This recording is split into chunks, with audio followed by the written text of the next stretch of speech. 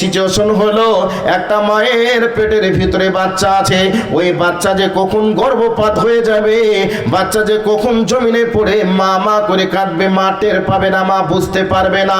3 নম্বর situation, 3 নম্বর পরিস্থিতি তৈরি হবে হাসরের ময়দানে। একবারে 18 বছর, 20 বছর, 22 বছরের যুবকগুলি একেবারে বৃদ্ধে পরিণত হয়ে যাবে। সেই দিন মানুষগুলি বিক্ষিপ্ত পতঙ্গর নেই হয়ে যাবে।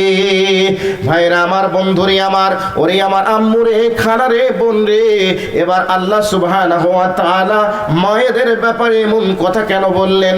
এবার আপনাদেরকে 2টি জিনিসের ব্যাপারে একটু বলার চেষ্টা করছি, ভালো করে কান করে শুনে নেন। কোন পরিস্থিতি হলে, কোন সিচুয়েশন হলে মা তার বাচ্চাকে দুধ দেওয়ার কথা ভুলে যেতে পারে? কোন সিচুয়েশন হলে বাচ্চা জমিনে পড়ে যাবে, মা বুঝতে পারবে না? কোন সিচুয়েশন হলে? এবার আপনাদেরকে একটু বোঝানোর চেষ্টা করছি। বর্তমান সময়ে যারা দার্শনিক তারা গবেষণা করে বলেছেন, যারা ডাক্তার তারা গবেষণা করে বলেছেন। এবার গবেষণাটা কি?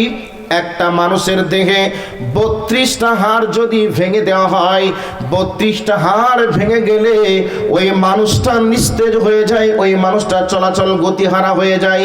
হয়ে যায় কি যায় না? একটা মানুষের দেহে যদি 32টা হাড় ভেঙে দেওয়া হয়, ওই মানুষটা কি আর চলতে পারবে, নাড়াচাড়া করতে পারবে? পারবে না। তো একটা মা যখন তার বাচ্চাকে জন্ম দেয়, তার দেহে 32টা নাড়ি নিংড়ানো যন্ত্রণা ব্যথা অতিক্রম করে একটা মা তার বাচ্চাকে জন্ম দেয়। যখন মা তার বাচ্চাকে জন্ম দেয়, মা তখন গতিহারা হয়ে যায়, নিস্তেজ হয়ে যায়। এবার মায়েরা বলবেন যে তুমি যেমন বলছো মনে হচ্ছে যেন বাচ্চা আমাদের হয়, আর যন্ত্রণা তুমি উপভোগ করেছো। তুমি যেমন বলছো এরকম তো কই আমরা উপভোগ করি না। এরকম অনেক মেয়ে ভাবতে পারে, তাদের উদ্দেশ্যে বলছি। হয়তো তুমি এইরকম অনুভব করনি। কেন অনুভব করনি তুমি জানো? যখনই বাচ্চা জন্মগ্রহণ করে আর বাচ্চাটা ট্যা করে মা বলে কেঁদে ওঠে, এই অবস্থায় আল্লাহ পাক মাকে বলে, মা, ওরে বাচ্চার মা, তোর পেট থেকে কি সোনামানিক জন্ম হলো তুই একবার দেখ। বাচ্চা যখন জন্মগ্রহণ করে মা বলে কেঁদে ওঠে, মা বাচ্চার মুখটাকে দেখতে পেয়ে তার 32টা নাড়ি নিংড়ানো ব্যথাকে ভুলে যায়। আল্লাহ বাচ্চার অন্তরের সঙ্গে মায়ের অন্তরে একটা দুর্বিনীত মহাব্বত তৈরি করে দেন, আর ওই মহাব্বতের কারণে মা তার ব্যথা বেদনা ভুলে যায়। যদি এই মহাব্বতটা না থাকতো, তাহলে মা দুনিয়ায় একটা বাচ্চা জন্ম দেওয়ার পরে 2টা বাচ্চা নেওয়ার স্বপ্ন আর দেখতো না। এমনকি নিজের স্বামীর সঙ্গে সংসারকে ছেড়ে দিয়ে অন্য জায়গায় জীবন পার করে দিত, যদি এই ব্যবস্থা আল্লাহ যদি না করতেন। যার কারণে বিজ্ঞানীরা গবেষণায় বলেছে যে একটা মা যখন বাচ্চাকে জন্ম দেয়, ওই অবস্থায় তার পেটের ভিতরে 32টা নাড়ি থাকে। 32টা নাড়ি নিংড়ানো যন্ত্রণা ব্যথা বেদনাকে অতিক্রম করে মা তার বাচ্চাকে জন্ম দেয়। তো একটা বাচ্চা জন্ম দেওয়ার পরে মা যেমন নিস্তেজ হয়ে যায়, মা যেমন চলাচল গতিহারা হয়ে যায়, মা যেমন কষ্ট অনুভব করে, সেই কষ্ট অনুভব করার পরেও আল্লাহ সুবহানাহু ওয়া তাআলা তিনি এবার এই কথাটা কেন বলতে চেয়েছেন এবার শুনে নেন। এত কষ্ট হয়, এত যন্ত্রণা হবে, বা এত যন্ত্রণা দুনিয়াতে হয়, যন্ত্রণা হওয়ার কারণে মা চলাচল গতিহারা হয়ে যায়, মা চলতে পারে না, ঠিক মতো করে হাঁটতেও পারে না। কিন্তু কিয়ামতের দিনে এর থেকে এমন বড় কষ্ট পাবে, এমন বড় বিপদের মধ্যে থাকবে।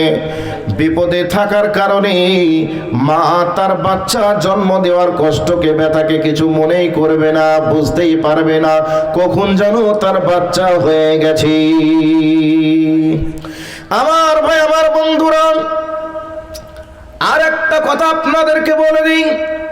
ডিসকভারি চ্যানেল দেখেছেন, অ্যানিম্যাল প্ল্যানেট জিওগ্রাফি আপনারা দেখেছেন, ওই জিওগ্রাফি চ্যানেলে আপনারা দেখেছেন একটা গরুর বাচ্চাকে, একটা মহিষের বাচ্চাকে, একটা হরিণের বাচ্চাকে, যখন একটা সিংহ, একটা বাঘ, একটা হায়নাল যখন বাচ্চাকে গ্রাস করার জন্য আসে, খেতে আসার জন্য যখন তাড়িয়ে চলে আসে, এই অবস্থায় মা তার বাচ্চাকে জীবন দিয়ে প্রতিরোধ করার চেষ্টা করে। মা তার বাচ্চাকে দুনিয়াতে রাখার জন্য সিংহের সঙ্গে লড়াই করে, বাঘের সঙ্গে লড়াই করে। মা জানে হয়তো বাঘ আমাকে ধরে নিলে মেরে দেবে, সিংহ আমাকে ধরে নিলে খেয়ে নেবে। এটা মা জানার পরেও মা তার জীবনের ময়া না করে, জীবনের ময়াকে ভুলে গিয়ে তার বাচ্চাকে বাঁচানোর জন্য বাঘের সঙ্গে সংগ্রাম করে। করে কি করে না? এবারে সংগ্রাম করতে করতে করতে করতে যখন সে দেখলো আমি আর আমার বাচ্চাকে বাঁচাতে পারলাম না, যখন বাচ্চাকে ধরে নেওয়ার পজিশন তৈরি হয়ে গেল, অনেক সময় মা তার বাচ্চাকে রেখে নিজের জীবনকে বাঁচানোর জন্য পালিয়ে যায়। আবার অনেক সময় তার বাচ্চাকে রক্ষা করতে গিয়ে মা তার জীবনটাকে পর্যন্ত দিয়ে দেয়। তাহলে একটা চতুষ্পদ প্রাণীর মাঝে আমরা এই দৃশ্য দেখেছি। কিন্তু বলুন তো, পৃথিবীতে এমন কোন সিচুয়েশন আছে যেই সিচুয়েশনে মা তার বাচ্চাকে রেখে মা তার বাচ্চাকে ভুলে যায়? এরকম সিচুয়েশন দুনিয়াতে কেউ কি দেখেছেন? দেখেন নাই। ঘরের ভিতরে আগুন লেগেছে, ওই ঘরের ভিতরে আগুন লেগেছে, আগুন জ্বলছে। মা হঠাৎ করে মনে করলো যে আমার ঘরের ভিতরে বাচ্চা আছে। এই অবস্থায় মা একবারও ভাবলো না যে আমার জীবনের কি হবে, আমি বাঁচবো নাকি মরে যাব। এটা না ভেবে ওই আগুনকে অতিক্রম করে ঘরের ভেতরে ঢুকে নিজের বাচ্চাকে নিয়ে বাঁচানোর চেষ্টা করেছে। পৃথিবীর ইতিহাস প্রমাণ করেছে। তাহলে দেখে নেন, এ দুনিয়াতে মাকে তার বাচ্চাকে প্রতিরোধ করার জন্য নিজের জীবন দিতে হবে, এ ভাবনা চিন্তাকে ভুলে গিয়েও নিজের বাচ্চাকে প্রতিরোধ মানে নিজের বাচ্চাকে সংরক্ষণ করার চেষ্টা করে। তাহলে পৃথিবীতে এমন কোন সিচুয়েশন আপনি দেখাতে পারবেন না যে এই সিচুয়েশনে মা তার বাচ্চাকে রেখে পালিয়ে যায়। আমার ভাই, আমার বন্ধুরা, তাহলে এই সিচুয়েশন আপনি দুনিয়াতে দেখেননি, দেখাতে পারবেন না, দেখানো সম্ভব হবে না। কিন্তু কিয়ামতের মাঠে এত ভয়াবহ বিপদ হবে, বাচ্চার কথাকে মা ভুলে যাবে, বাচ্চার জন্য কোনো খোঁজ থাকবে না। কখন যেন বাচ্চা জমিনে পড়ে যাবে, কখন কি হয়ে যাবে মা বুঝতেও পারবে না। শুধু তাই নয়, হাসরের মাঠে এত ভয়াবহ বিপদ হয়ে যাবে রে, ওই ভয়াবহ বিপদে প্রত্যেকটা মানুষের মুখে একটাই কথা হবে, আমার কি হবে, আমার কি হবে। 2 নম্বর আওয়াজ বার হবে, পানি আর পানি করে চিৎকার আওয়াজ হবে। এইরকম সিচুয়েশনে কলিজাটা মনে হচ্ছে যেন একবারে মুখের কাছে পৌঁছে গেছে, আর জিহ্বাটা বার হয়ে নাভি পর্যন্ত ঠেকে যাবে। এইরকম সিচুয়েশনে সেদিন একটাই আওয়াজ হবে, পানি আর পানি। এবার বলবেন কেন এত আওয়াজ হবে? প্রচন্ড রোদের তাপ হবে, মানুষের মাথা থেকে 1 মাইল দূরে সূর্য থাকবে। ওই সূর্যের তাপে হাসরের মাঠটা একবারে পুড়ে তামার আকার ধারণ করবে। হাসরের মাঠটা একবারে রুটির খোলার মতো হয়ে যাবে। কোথাও যে পালিয়ে গেলে একটু শান্তি পাবো, কোথাও যে পালিয়ে গেলে একটু স্বস্তি পাবো, এরকম কোনো জায়গা থাকবে না। যে জায়গায় যাবে সেই জায়গায় রোদের তাপে একেবারে মাথার মগজগুলি গলে গলে গলে গলে টকবক টকবক করে ফুটতে থাকবে। মাথার মগজ গলে গলে নাক দিয়ে আর কান দিয়ে পার হতে থাকবে। আর হাসরের মাঠে একটাই আওয়াজ হবে, পানি আর পানি। এইরকম অবস্থা চলবে। আল্লাহ সুবহানাহু ওয়া তাআলা তিনি বলছেন, ওই হাসরের মাঠে ভয়াবহ দৃশ্য দেখে মানুষগুলি বিক্ষিপ্ত পতঙ্গের নেই হয়ে যাবে। আল্লাহ পাক বলছে, বান্দা ওই বিক্ষিপ্ত পতঙ্গের নেই হয়ে যাবে। শুধু তাই নয়, মানুষগুলি সেদিন মাতাল সাদৃশ্য অবলম্বন করবে।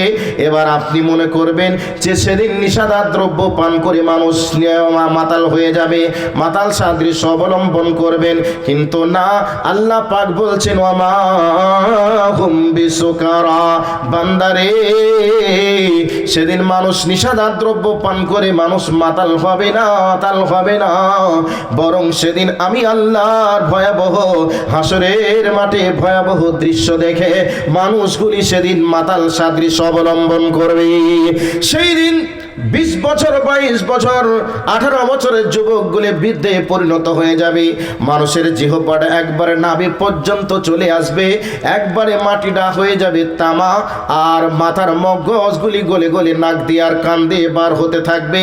এই রকম পজিশন যখন তৈরি হবে, মানুষ সব কিছুকে ভুলে গিয়ে শুধু এক ঢোকে মানে এক চুল্ল পানির জন্য মানুষ সেদিন ত্রাহি ত্রাহি করতে থাকবে। কিন্তু ওই ভয়াবহ বিপদের দিনেও আল্লাহর নবী জনাবে মুহাম্মদুর রাসূলুল্লাহ সাল্লাল্লাহু আলাইহি ওয়াসাল্লাম বলেছেন, সেই দিন প্রচন্ড রোদের তাপ থেকে বেঁচে যাবে 7 শ্রেণীর মানুষকে আল্লাহ আরশে আজিমের নিচে ছায়া দান করবে। সেই দিনে আল্লাহ রাব্বুল আলামিন যেই সিংহাসনের উপরে বসে বিচার করবেন, ওই সিংহাসনের নিচে 7 প্রকার ব্যক্তিদের জন্য নবীজি স্পেশাল কোটার ঘোষণা করেছেন।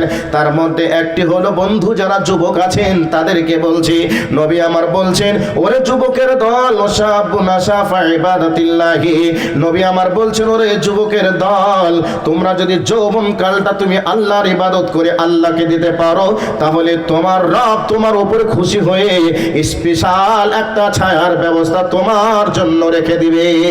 এবার যারা বৃদ্ধ হয়ে গেছেন, যারা যৌবন কালকে অতিক্রম করে চলে এসেছেন, তারা মনে মনে দুঃখ করবেন, মাওলানা যদি এই হাদিসটা আগে জানতাম, তাহলে যৌবন কালে ইবাদত করে আল্লাহকে রাজি করে নিতাম, তাহলে ছায়া পেতাম।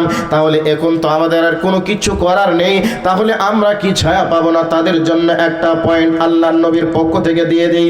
নবী আমার বলছেন, ওর রাজুলুন মুআল্লাকুন কলবুহু ফিল মাসাজিদে, নবী আমার বলছেন আর একটা স্পেশাল কোটা থাকবে, যেই ব্যক্তিদের অন্তরের ভিতরে আল্লাহর ঘর মসজিদের ভালোবাসা থাকবে, ওই ব্যক্তিগুলোদের জন্য আল্লাহর নবী বলছেন কিয়ামতের মাঠে তাদের জন্য একটা ছায়ার ব্যবস্থা থাকবে। যেই ব্যক্তি জোহরের নামাজ আদায় করে এসেছেন, আবার কখন আসরের আজান হবে, আসরের নামাজে জামাতে অংশগ্রহণ করব, শুধু জামাতে অংশগ্রহণ করব, এই দিকের একটা ভালোবাসা।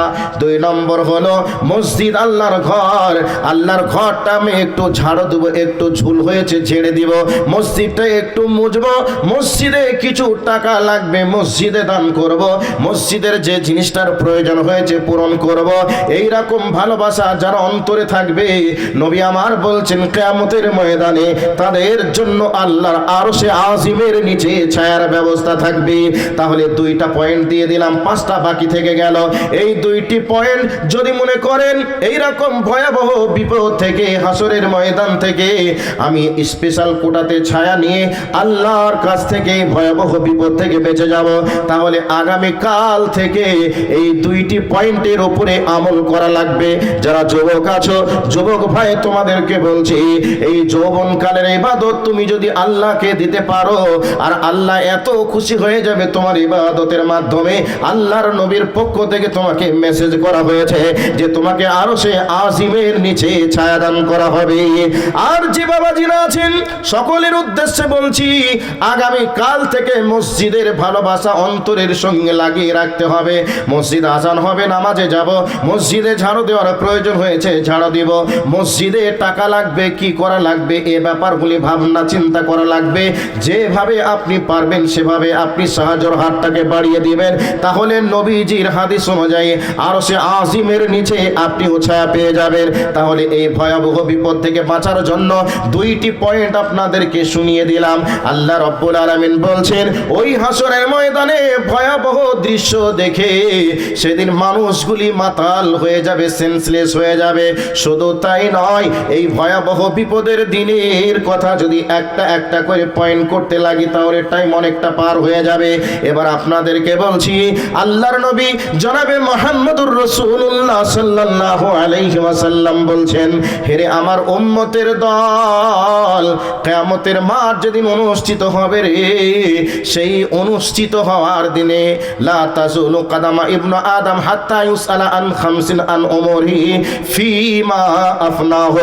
নবী আমার বলছেন, কিয়ামতের ময়দানে আল্লাহ রাব্বুল আলামিন বিচার করবেন। ওই বিচারের ময়দানে প্রত্যেকটা বান্দাকে 5টি করে প্রশ্ন করা হবে, আর ওই 5টি প্রশ্নের যতক্ষণ অ্যান্সার না দিতে পারবে, যতক্ষণ উত্তর না দিতে পারবে, ততক্ষণ একটা পা সামনেও আগাতে পারবে না, পিছনেও পৌঁছাতে পারবে না, স্টিল নাও এক জায়গায় দাঁড় করিয়ে রাখা হবে।